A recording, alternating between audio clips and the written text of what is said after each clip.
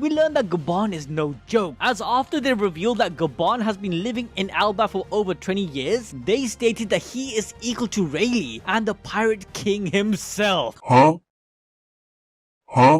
Okay, maybe that's a bit of an exaggeration, but his hype is insane. Gaban is a literal one-man army, as it's revealed that he defended his captain all alone against hundreds of enemy pirates. All of this happened before the Roger pirates went on their final voyage, where Gaban had taken his captain to a hospital in the middle of the mountains, where they were ambushed, and with just 2 acts, he defeated everyone on the island. But what makes things even more interesting is that after the battle, not a single tree was left standing on that mountain, which gave him his epithet of the Mountain Eater.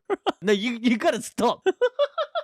Now, given the timeline of things, this place could very well be the Reverse Mountain. I'm not saying it is, but it could be possible since, Gaban took Roger to meet Crocus, who was considered to be one of the best doctors at that time. And we do know from chapter 506, Crocus lived there. It's also possible that the hospital referred here is Crocus's lighthouse, where the Roger pirates needed his help in easing the captain's pain from his illness, eventually recruiting him as a ship's doctor for their final voyage. And it would make sense that hundreds of pirates would be nearby, since one of the entry points to the Grand Line is at the Reverse Mountain. And do you see any trees nearby this place? No, I don't see any trees. It's here, alright. Which is why you should hop onto AnimeDrip.shop and purchase a limited edition Scopper Gaban shirt. Remember, it's only going to be live for 1 week, so don't miss your chance to get it. Oh, you're still here? Well, if you want to learn more about how Roger gave Shanks his lifelong mission, click on this video about his family tree next. As Gaban continues to yap, Zoro asked him who he is. Come on, how does he know so much? Where we get to see that Gaban's similarities with Sanji are more than just his epithet of the left wing of the Pirate King, as he answers Zoro's question by stating he's a missionary of love, to which Luffy thinks Sanji will grow up to be just like him. But hey, Luffy being Luffy casually reveals that they are searching for Loki's key, since remember, he wants information on Shanks, and Loki promised to give it to him if he frees him from his chains. Now remember, Loki rampaged as a pirate for like 5 to 6 years after supposedly killing his father and eating the legendary devil fruit. So it's highly likely that he was the Yonko before Shanks, and his territory was considered to be Elbaf. However, when Shanks put a stop to his rampage, he took his spot as protector of Elbaf and the next Yonko. And so, Gaban, knowing all of this,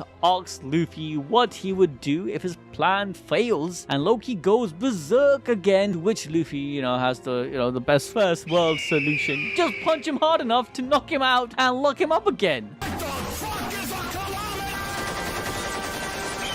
Looking at Luffy's irresponsible and fearless nature, Gaban thinks back to the times when he tried to reason with his captain, laying out all the potential consequences of his actions. But hey, if Roger wanted to do something, he would do it. This fiery and headfirst approach was even spoken by Garp when Ace had asked him what his father was like. And here, Gaban notices Luffy is as what Shanks and Rayleigh saw, a literal embodiment of Gol D. Roger. Realizing this, he tells Rod to push the throne to reveal a secret hidden underground passage. Now, whilst Tsunami is all excited since, she's thinking she's gonna see the best treasures of her life. Yeah, the room is empty.